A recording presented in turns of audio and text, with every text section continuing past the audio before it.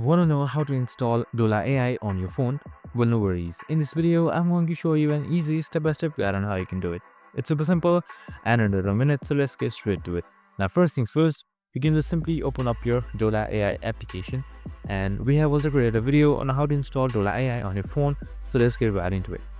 So once you've opened up your Dola AI phone, you can just simply log in with three options, that is your phone, your Google, and your Facebook. So you can just simply select any one of these. So for easiness, I'd suggest you to go with Google or Facebook. So you can just simply select any one of these and you can just simply choose your account.